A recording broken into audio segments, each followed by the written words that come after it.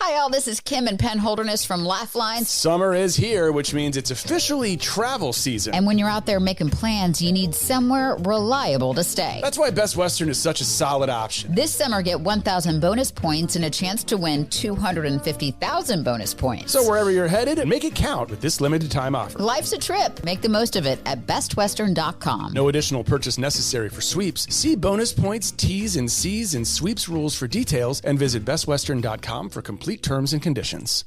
You've never been one to settle. Stand down or stand still. You're a lifelong learner, energized by excellence. There's a fire inside you you can't ignore.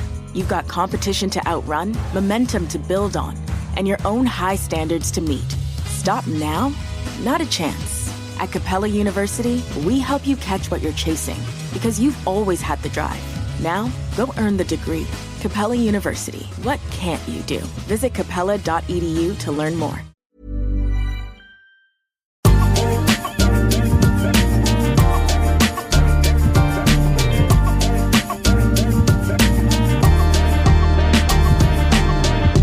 Welcome back to the Oral Health Podcast, where last time we took you through the very rich history of toothbrushes. Now, the perfect pairing for a toothbrush, you might say, is toothpaste, which is, funny enough, Karen, exactly what we're going to talk about today. I know, it's like a great segue, isn't it? Almost seamless. Perfect. Almost as if we'd planned it ahead. Wow. Gosh, that'd be a first.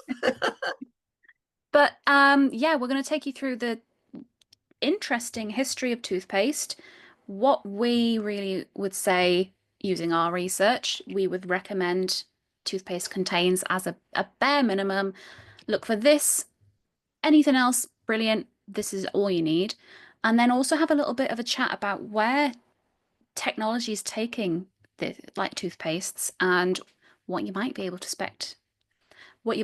expect on the shelves at some point soon, with any luck.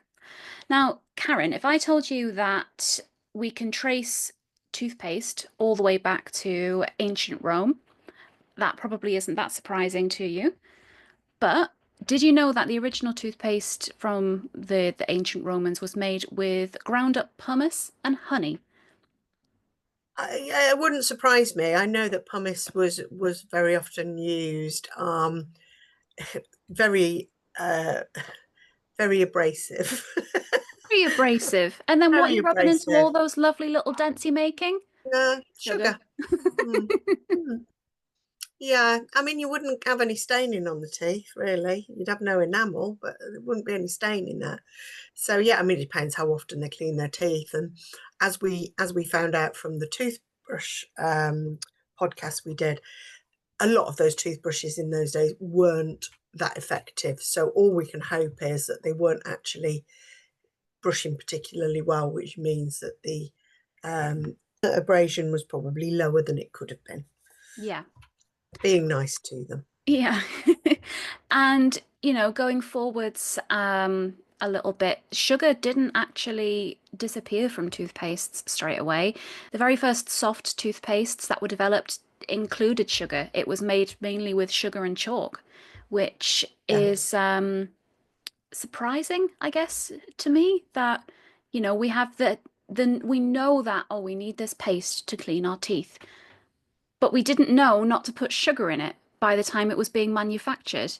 Yeah, I mean, sugar, people didn't think that sugar caused dental decay. That's the problem. Mm-hmm. It took a fair few years of, research, as it was, to establish that the link was sugar. I mean, they used to say it was toothworms that caused it. They had some very strange things. So it was these toothworms that were eating the tooth away, because the way, when you look at a tooth that's severely decayed, it really does look like somebody has eaten it away, but it's the sugar that's eaten it away, not any worms that are in the teeth. If anybody's still worried about toothworms, I can categorically say there are no toothworms. But yes, and certainly in those days, there were no artificial sweeteners, so toothpaste would have tasted pretty horrible, especially if it was just chalk. it wouldn't have made a paste. You could probably made a paste with water maybe, but again, abrasive. Yeah, so it was more that in those days we didn't know that sugar caused decay, and we had to make the toothpaste, I suppose, more palatable. Yeah, I guess that yeah, you want to put something in your mouth that tastes nice. Maybe they thought, oh well, Mm, if it tastes nice, they'll use it, which I can understand to a point. I mean, my gran used to tell me that she used soot and salt to brush her but teeth when she yeah, was a child. yeah, And she very used to actually popular sneak one. off to her uncle's to get some toothpaste because they were rich and they had it. So it wasn't a thing that everyone necessarily had. Even, she grew up in the 40s, which isn't really that long ago. If we're talking about ancient Rome 2 minutes ago, like even, less than a century ago, toothpaste was a like desired commodity to have. Yeah. I don't think, I mean, there wasn't a lot of movement. There wasn't really very much change from brushing with pumice to chalk to soot. There wasn't very many advances in toothpaste until we get sort of nearer to probably the 40s, probably was when toothpastes were more available. But you have to remember that so many people didn't have their own teeth by the time they were, late teens. I mean, women used to have their teeth taken out as almost like a dowry when they got married, so they didn't cost their husband any money because they got no teeth to look after. So a lot of people didn't have any teeth, natural teeth by then anyway, because various things, probably having sugar in toothpaste or using honey. But yeah, we had it was incredibly rare to have an older person that had some, if yeah, some of their own teeth in those days. So they weren't Yeah, brushing teeth really, and I brushing know, dentures. yeah, it's brushing dentures is obviously a different experience entirely to brushing your regular teeth, Yeah, which we will yeah, cover at some point soon. Um, One thing that did make its way out of our toothpastes that I'm sure you'll be pleased about, Karen, was betel nut. We used to have betel nut in toothpastes in the, yes, sort of 1850s. And now, of course, with research, we know how carcinogenic betel nuts can be. And yes, yeah. yeah, that used to be something people relatively regularly put in their mouth for, Sure. for Yeah, hygiene. it just shows you what research, comes along. And I'm sure there are things that we have these days that uh, will prove not to be as healthy as they were once sold to us. But I think research is certainly quicker now, and we can look at individual ingredients of toothpaste. Because when you think of those toothpaste back then, we're talking one or two ingredients. We're not talking about the mass of ingredients that you look at the back of your Mhm. toothpaste tube, and there was a lot of ingredients in there which Yeah. we didn't used to add. Hmm. I mean, yeah, modern toothpaste nowadays, typically you've got things in there like fluoride, your colorings, your flavorings, sweeteners rather than sugars, and things like SLS or sodium lauryl sulfate, and that makes it foamy. So we add things to it for health, but also for people's experience. Some people like a very foamy toothpaste, some Yeah, people don't, so you yeah, get it without that. But yeah. Karen, we have, lots of feelings about toothpastes and how you can get them for 50p, you can get them for £50. But what is the bare minimum gold standard that we need? Fluoride, Yeah, case closed. fluoride. It's closed. End of conversation. Yeah, yes, fluoride has revolutionized the dental world, and I think the World Health Organization said it was the biggest innovation in toothpaste that made such a difference to oral health worldwide. So we're looking at 1350 to 1500 parts per million fluoride in adult toothpaste, 1,000 parts per million in a small child's toothpaste up until the age of 3. So that will give you the optimum protection against dental decay and acid erosion. So it remineralizes the surface of the enamel, and the stronger our enamel is, the harder it fights against the problems that we can get from the food that we eat, or perhaps not cleaning our teeth as effectively as we could do. So in short, even though that was a long answer, in short, fluoride is the most important. And as you say, you can find toothpaste with fluoride in it for pennies, really. However, there are other things in toothpaste that are nice to have. Now, if you've got a specific problem, let's say, for example, sensitivity, it is good to have a toothpaste that has a desensitizing agent in it, because that will help to limit the sensitivity that you have. With sensitive toothpaste, though, it is important to remember that you need continuous use, because if you stop using it, the effect is lost. So you need to keep using it. Excuse That me. is exactly the mistake that I made before I started working. So I was like, well, yeah. sensitivity has gone. I don't need to buy this anymore. And then as soon as I'd stop, it would come back. I'd be like, well, aren't I mean, I could go into the details about how it works, because obviously in a former life I used to work for Sensodyne toothpaste, so I do know the actual method of how it works, but I won't bore you with that. Unless anybody wants it, then they can write in and I'll tell them. But anyway, so yeah, and that will contain fluoride as well, which it does desensitize itself to a lesser degree. So those are important. There are ones for gum health, so they'll have an antibacterial in there, so that will help to kill the some of the bacteria that's in our mouths. There's whitening ones which will keep the staining down. They won't actually lighten the color of your teeth, however they will remove any staining that's on there, so they're quite good. Now we come on to the super duper ones, and still you don't have to pay a fortune for something that has all of these things in it. So you can get a toothpaste that has your fluoride in it. It's got desensitizing, it's got whitening, it's got antibacterial. It's all singing, all dancing, and it is something that you can pay a lot of money for them, but you can, if you look at our accreditation scheme, which is on our website, we accredit products that basically do what they say on the tin. So you know that you can trust that we've looked into the research, and any claims that the manufacturer has made can be substantiated. So all of our accredited products can be found on our website, www.dentalhealth.org. But you probably know that because you're listening to a podcast on that medium. So yeah, that was pointless. But yeah, you can have a look there and see toothpaste. So you don't need to break the bank unless you want to. Yeah. Some people prefer tastes of different toothpaste. We are mostly used to having mint because it feels fresh. But there are different flavoured ones, because some people don't like mint, or they don't like very strong mint. So you can kind of shop around and get different flavoured ones. Some of the older children's ones, so as long as it's got the optimum amount of fluoride for an adult, you can use a child's toothpaste if you don't like anything too strong. You can also get sodium lauryl sulfate SLS free toothpaste.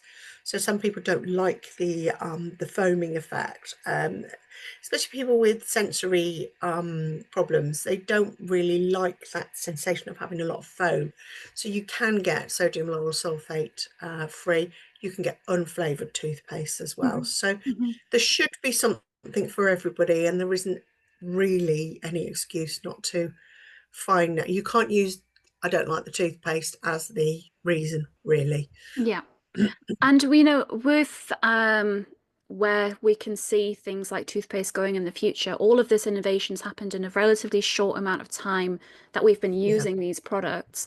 And we're starting to see not only deviation with like flavors. So for example, in my bathroom at the moment, I have a cinnamon donut flavored toothpaste. I've got a Coca-Cola flavored toothpaste. I've got a banana flavored toothpaste. I've got the banana one. And that didn't really exist a couple of years ago. And I've got friends, for Right. example, that they find the mint far too strong, and they go, actually, I bought a brand red velvet toothpaste and it actually makes me brush my teeth. And I'm like, that is fantastic. That's what we need. That's what we want. It is. I mean, I would say for children, I find that slightly mixed messages I can see what because, you mean. Yeah. yeah, because as a child, if somebody is saying you can brush your teeth with Coca-Cola toothpaste, that means Coca-Cola is okay. I think as an adult, we probably can get our head around the difference between the two. But I do have slight reservations about children's toothpaste being these sort of funky flavors, bubble gum and all of that. It's probably a minor thing. We're getting them to use it, but I wouldn't want them to think because they brush their teeth with that flavor, it's okay to have endless amounts of whatever that thing, Yeah. that, you know, endless cinnamon donuts. Why you would have anything with cinnamon in it, I don't know. But, you know, beyond flavors, we're also seeing we get sent research papers every now and then. So people are trying to add different ingredients again to toothpastes, things like keratin. They're wondering if that can help regrow enamel, something that we've always said, once it's gone, it's gone. You can't do that. Um, this, you know, things that can go the extra mile that we're researching to put into these products. And so we don't know where it's gonna end up. There might be toothpastes that yeah, you apply and they can just regrow your teeth. Yeah, I mean that would be amazing, wouldn't it? I mean, I would like to see, yeah, I'd like to see how it works really. But you know, we do have ones that are sort of restoring the enamel on the teeth and, you know, conditioning the teeth. Um, because your enamel is formed on your teeth when they're in the gums, before they've erupted. So you can't actually put calcium into them because they're formed. So anything that you do has to be topical rather than systemic. So yeah, we could have something that sort of conditions the enamel, makes it probably maybe stops the plaque sticking to the teeth. Maybe we could have something like That'd that, be you interesting to know, see. yeah. So you make a, maybe when our teeth are extra shiny, it slides off. I mean, there is a product that I use for my cat, and it used to be available for humans, but I'm not sure that I've not seen it for a long time. Um, but The little it, powder. the I use it for the yeah, the dog too. powder, Yeah. yeah, for dogs, yeah, as well, and it changes the makeup of uh the plaque bacteria, so it's not as sticky, so it slides off the teeth. Now whether something like that, I mean, it's seaweed, basically it's Yeah. a seaweed product, so whether there would be something that could be put together into a toothpaste to make that like that, maybe it could, That maybe it would be could. a really So good working on idea. it. I mean, We'll I look think into. also looking slightly different to toothpaste, but we're also looking at more eco-friendly containers, tubes, to be able to recycle the tube, because you know the recycling people don't like you sending dirty things in. I mean, can you imagine trying to wash a toothpaste tube out? It's Yeah, not going to be exactly. All the easy. different components to it too. Yeah, it's They're too a many. nightmare to recycle. Absolutely. Now, there must be other ways to do it. Now, there are toothpaste tablets as well. Again, is that more of a breath freshening thing? Because you've got to use a toothbrush. Mhm. You can't just put a toothpaste tablet in your mouth and it clean your teeth. You Yeah. have to use, and I think the temptation would be just to have it and not use toothbrush, which is Yeah, um I've used them before and mm, I have to say I didn't really enjoy it, but that's because they're SLS free and I do prefer to have that sense. So I just felt like I was eating more like a disclosing tablet kind of yeah, texture and yeah, yeah, swirling it around. Like yeah. it just didn't feel good for me personally. But some people swear by them. So Yeah, I mean, I suppose they're handy if you're, I don't know, somewhere where you camping, can't. maybe, like Maybe, maybe even then, you still got to spit it out. backpacking, even then, like it's. Still could use Yeah. a toothbrush, couldn't toothpaste, couldn't you? I'm not sure that there's any real. I don't think there's any real sort of scenario where a toothbrushing tablet would be preferable to a toothpaste, other than the fact of the recycling angle, which maybe that's what we should be doing. I know companies are working very hard to get a recycling availability for toothpaste tubes. Can't speak. So maybe that's the next innovation. Maybe. It's very important. Let's Yeah, face it. exactly. And I hope that, you know, we've all learned something, I think. You know, going back to ancient times of pumice and honey to now, you know, much safer, well-researched alternatives that we know are good for our health. We're very lucky to be around in this time, I think, with dental health specifically, is the common theme, I think, that's coming up across the I history totally tags. agree. I totally agree. And knowledge is power, isn't it? And the Yeah, more we know about things, the better the innovations will be, and the healthier our mouths will be. And that doesn't just go for the mouth. I mean, it's for the whole of us. yeah, Imagine like when before the time of antibiotics, I mean, people used to die of things that we would think as totally trivial now, and yeah. that's the same thing. People lost their teeth because the knowledge wasn't there, the innovation wasn't there, Yeah. and I we learned now this have and it. I'm like, of course they were losing their teeth. They were brushing them with feathers and honey. Like, do you know what I mean? It's just like, of course you were. Now we don't have to do that. But It's obvious now you say it. I can say that with hindsight. Those poor people thinking they were doing something good, and oh no, the feathers and honey have just made my teeth awful. But yeah, no, next time we're going to be talking about the history of smiles, as it is Smile Month. And you will also be talking about mouth guards, how they were invented, dentures and their history, public prevention with things like water fluoride. We've got a good series planned for you. So please I keep think I coming better back. go and have a lie down before all that. Or you're going to be talked out by the time that we've finished, Karen. I Never going to promise you. happen. Never going to happen. No, same. That's why we do it. We love our jobs. Oh yes, of course. This is very fun.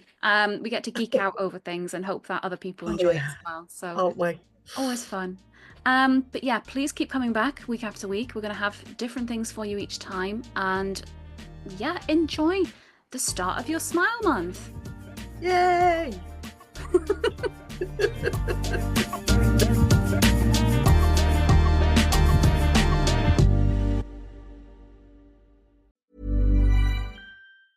Hi, all. This is Kim and Penn Holderness from Lifeline. Summer is here, which means it's officially travel season. And when you're out there making plans, you need somewhere reliable to stay. That's why Best Western is such a solid option. This summer, get 1,000 bonus points and a chance to win 250,000 bonus points. So wherever you're headed, make it count with this limited time offer. Life's a trip. Make the most of it at bestwestern.com. No additional purchase necessary for sweeps. See bonus points, T's and C's, and sweeps rules for details, and visit bestwestern.com for complete terms and conditions. Quick question. When was the last time a display ad changed your mind? Now think about the last time a friend told you about something they loved. Different feeling, right? That's how podcast advertising works. A host who's built real trust with their audience talks about your brand in their own words, in their own voice. It doesn't interrupt the experience. It's part of it. With Acast, you can access the world's largest podcast marketplace. Choose the right shows, the right audiences, the right format. Then watch the data tell you it worked. You're not buying impressions. You're buying influence. Learn more by visiting acast.com/advertise.